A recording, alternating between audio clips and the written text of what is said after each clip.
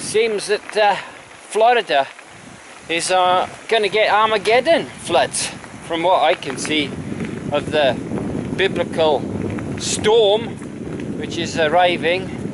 And it seems that Jesus said the wind blows wherever it wants to. You know, you hear the sound of it, you can't not tell whence it cometh, whither it goeth. So is he that's born of the Spirit of God. Okay, now this being the case, let me just explain to you something.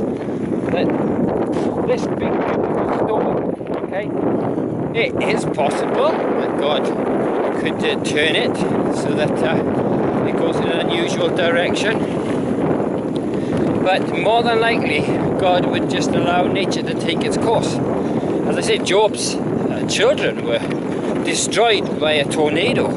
You read about that in chapter 2 of the book of Job. And Job was one of the godliest men, you know. And the thing is, Noah, Daniel and Job, if anybody could have saved themselves by their own godliness and own goodness and own righteousness, it would have been Noah, Daniel and Job. We read the book of Ezekiel. Three most godly men. Yet Job's children died. And they were all killed. Huge devastating storm wind. God allowed nature to take its course. Now the Apostle Paul we're talking about had a massive storm called the Euroclydon, and he said, I will not go out in that storm to the captain if I could. And he said to the captain, you will die, you will perish in these storms. And the captain didn't listen, and he was in charge of the Roman army there. They had all of the soldiers on the boat. There was, I think, 256 with all the prisoners included. He said, don't go out in this winter time, there's a huge storm coming. Paul knew, but they went. And of course, Apostle Paul, he should have died really. He'd already been out at sea and got shipwrecked a number of times, but this time he was supposed to die. But for some reason God said that although the ship will be lost and all your goods and everything, God promised to keep all the lives of the people. And there's a mercy from God if the lives of the people are saved. And you can lose things in this world, but your life is the most important, precious thing. The things of this world, you know, however good they are, the comforts and the fun which you can make life, but the thing is, they only last for a while. You can't take them with you to the grave. They all perish, and you know, you think your goods perish, but rust corrupts, or thieves break through and steal. They're only part of your life. And the most important thing is you've got health and food and to get a roof over your head. Now I can't understand, why don't they take those caravans, the 25,000 that's just been evacuated, why can't they take their mobile homes with them? All I ever see is the odd one or two trailers. I'd take them all away if I knew it was going to be hit by such winds. Anyway, that's besides the point. What I'm trying to say is Jesus said he had no place to lay his head. The Son of Man has no place to lay it. He said the foxes have holes, birds they have nests. There's more to life than just the comforts, although we do need those things over our head, the roof over our head. The thing is especially in Britain, we need a roof over our head, because without a roof over our head we'd freeze to death in the winter. We don't have those warm climates. And the thing is having food and raiment and clothing to be there with content, the Bible says, but that's fine for the climate of Israel. It gets 30 degrees in the summer and it's still quite warm in the winter compared to the UK. You've got to have heating, you've got to have a roof over your head, and that's as essential as food and you know, the rest of it. The thing is, this storm, Jesus said, the sea and the waves will roar, okay, after the Jews repossessed Jerusalem. And if the storm is coming, we're going back looking for the others, okay? They may have gone a different direction. What do you think? Anyway, you think they're following? Anyway,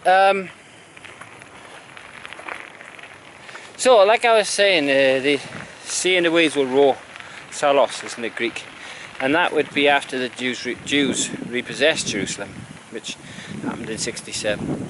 Now, this storm which Apostle Paul was hit by, it lasted for 3 weeks across the Mediterranean, right? 3 weeks, okay? We've never seen a storm like that ever. It says that there was a lot of, in the days of Jonah, you know, there was a lot of grass around Mosul, which is now a desert, or Nineveh, it was called then. There was a huge amount of grass there, because it says there was like much cattle, which meant like tens of thousands of cows, hundreds of thousands probably, and much young people, young children. That's why God said he didn't want to destroy Nineveh. Put more value on the cows than on the violent people there who were slaughtering each other, and the way they treated the women and that. But the thing is, if you look at what the Bible says, there was a land flowing with milk and honey. The honey, it says, wild honey dripped from the trees. When he had tasted, right, it says of the honey, his countenance was enlightened. That's what the Bible says, Jonathan. And the Bible describes the land of Israel as being green. Well, all we see is desert these days. Okay. Now, it was different, the climate was different then. But Jesus said, before this generation passes, all these things which he predicted about, sea and the waves roaring and everything, all these things would be fulfilled in his day. Remember, not in his day, but within that generation, before that generation passed, okay? Mount Vesuvius exploded in 79 AD, still within that generation Jesus predicted about. It says that, okay, the heavens would depart like a scroll. Now you get that with nuclear bombs. You can't, the Roman Empire never did that. And yet, Jesus said, all these things will be fulfilled. They were described by Josephus in that. Fireballs going over Jerusalem. Okay? There were darkness and black clouds and blackness of darkness which came over. In fact, there was a famine which Agabus predicted would last for 3 years. So all these things Jesus predicted did come true. And the Roman armies, nation rising against nation, kingdom against kingdom, happened even in the Roman days, because the kingdom of Rome rose up against all the other nations round about. And how you'd use the word if those days were not shortened, no flesh would be saved in those days, I'm not sure how you would read that, but I'm not sure. But the thing is somehow or another, the fact is, with the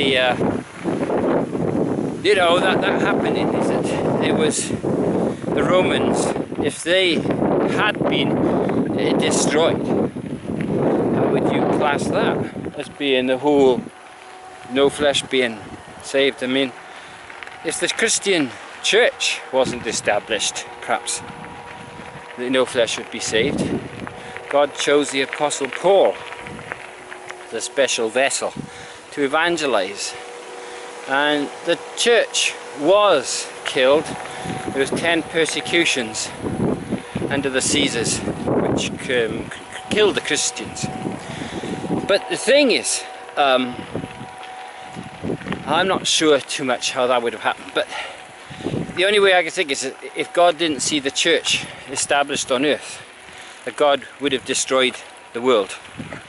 So God had mercy, it says, and got the Apostle Paul saved, because the Bible says that he committed like the unpardonable sin, blasphemy, but it says he did it ignorantly in unbelief, which shows that the worst sin is not unbelief, the worst sin is blasphemy. Okay, now the thing is, God, it says, had mercy on him because of his unbelief state. Anyway, You know, he tortured Christians, sent them to jail, Apostle Paul, before he was converted. Devastated the church, you know. And of course the powers which be, they put the Apostle Paul in jail, he put Peter in jail, but James was beheaded. They were killing off all the apostles. And the Jews were basically supporting the Romans in the persecution of the Christians at the time. And when their sin was come to a full, they got devastated with 70 AD, their destruction. Jesus said, when you see in Luke chapter 21, Jerusalem surrounded by armies, know the destruction is near.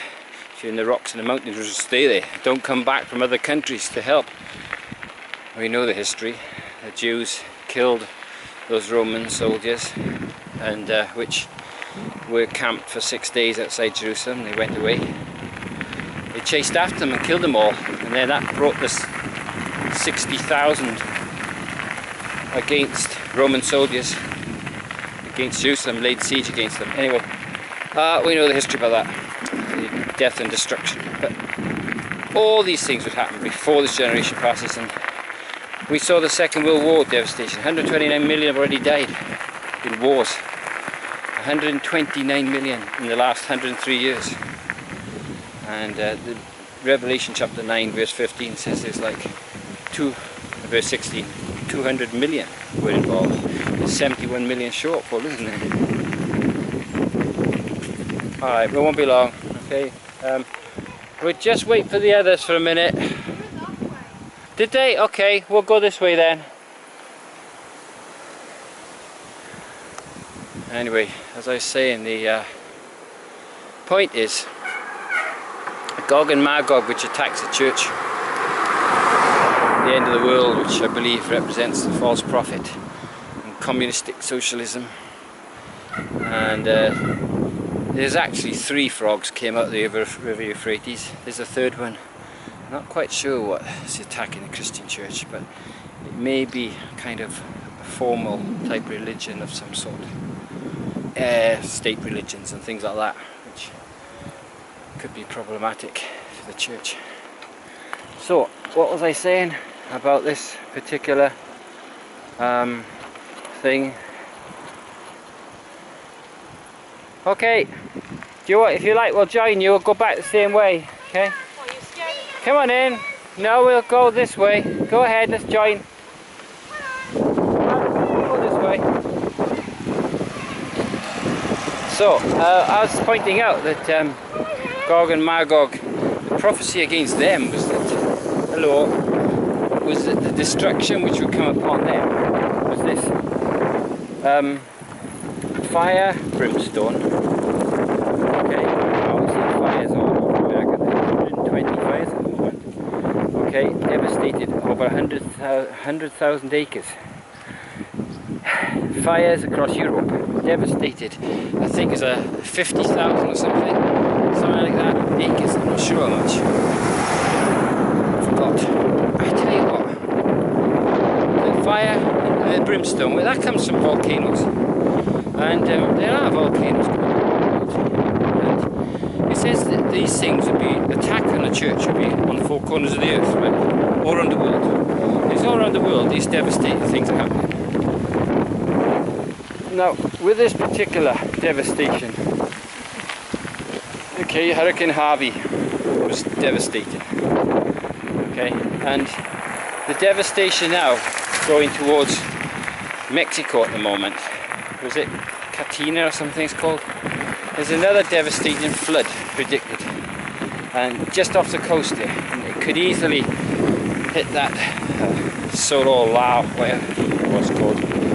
And okay, there's only 10,000 people there, but it could be devastating for those people.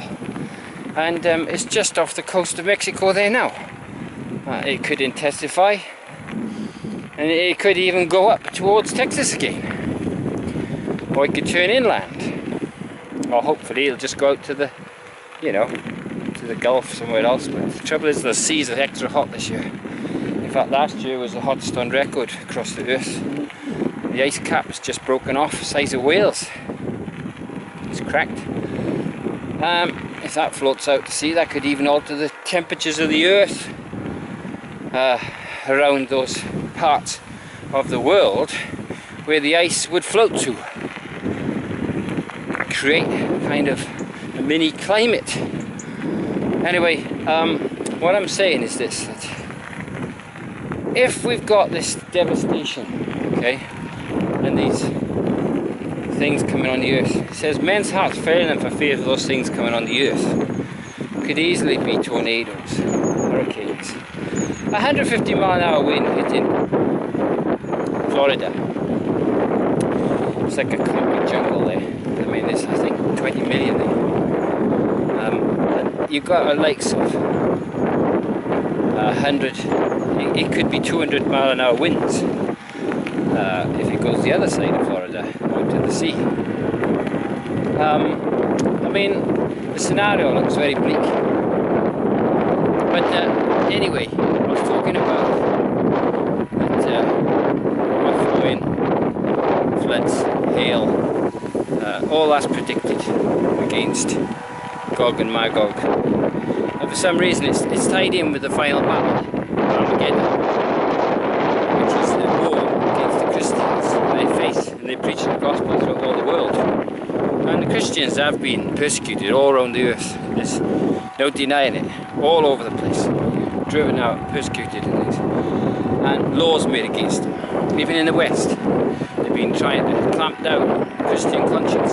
And if we look at all those different aspects in the Bible, but the whole thing about the walls spitting out fire and brimstone and smoke for 150 days, 150 years, 5 months,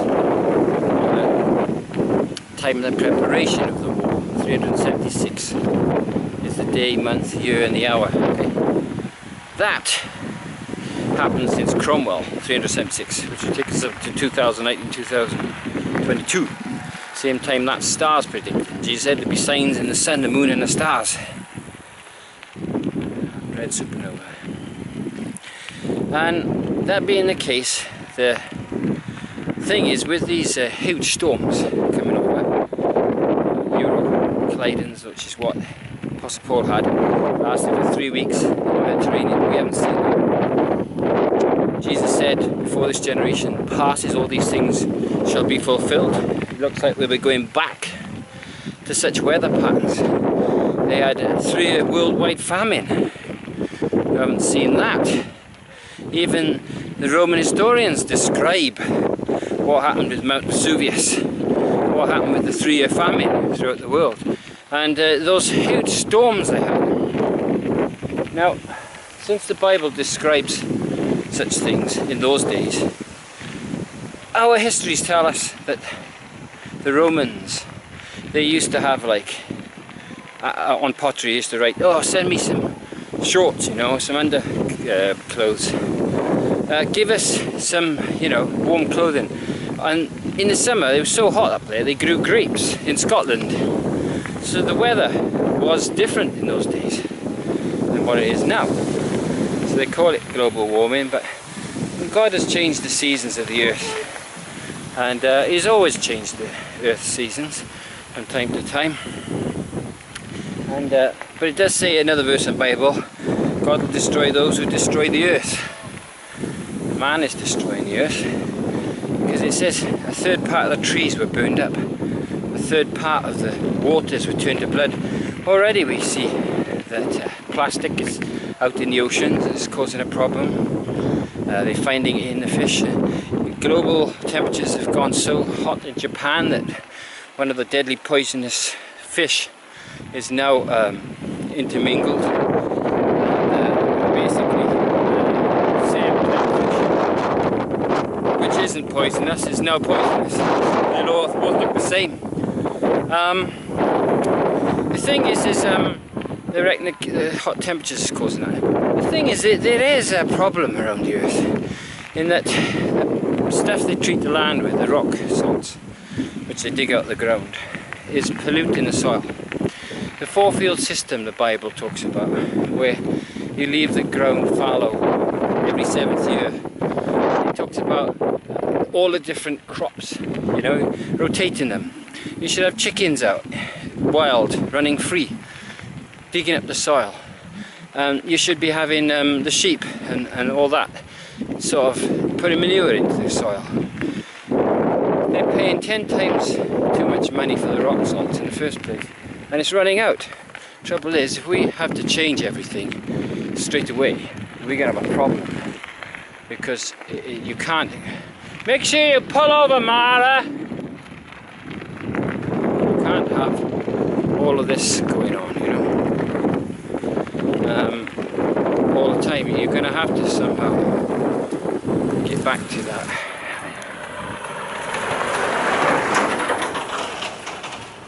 You're going to have to get back to the idea of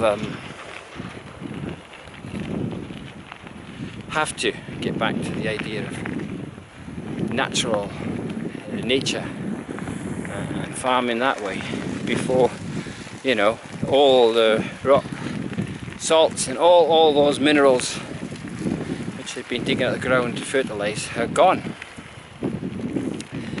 Anyway, the thing is, the government keeps putting up the farm prices for everything, because the farmers got to make a living. But you know, oh well, let's get back to where we were anyway.